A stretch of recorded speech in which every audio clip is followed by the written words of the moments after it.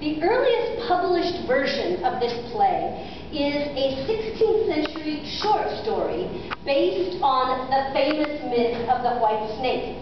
In it, the White Snake disguises herself as a beautiful young woman, descends to earth, seduces young men, and then, and this is a translated direct quote from a lovely Chinese source, uses them to satisfy first her carnal and then her cannibalistic desires. And she's ultimately stopped by a Taoist priest. In later story versions and in play versions, an interesting thing happened. The White Snake gradually became more and more of a positive character. Came to be opposed by a Buddhist monk instead of a Taoist priest. And by the late 18th century, she was a tragic heroine being thwarted in love.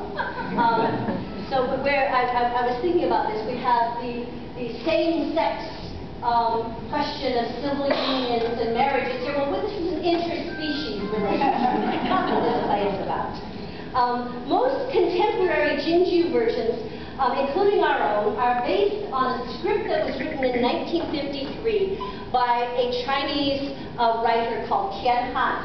And in it, the White Snake descends to earth with her younger sister, the Green Snake, finds and marries her true love, Xu Xian, fights heavenly guardians to obtain a magic restorative herb when he dies of fright after seeing her in her original form. And then fights with Buddhist divine warriors in an attempt to storm the Buddhist temple where her adversary, the monk Fa Hai, has trapped her husband, is holding her husband. Ultimately, Fa Hai's forces tear apart this couple right after their son, not yet a month old when this happens, and imprisons her under a pagoda, Thunder Peak Pagoda.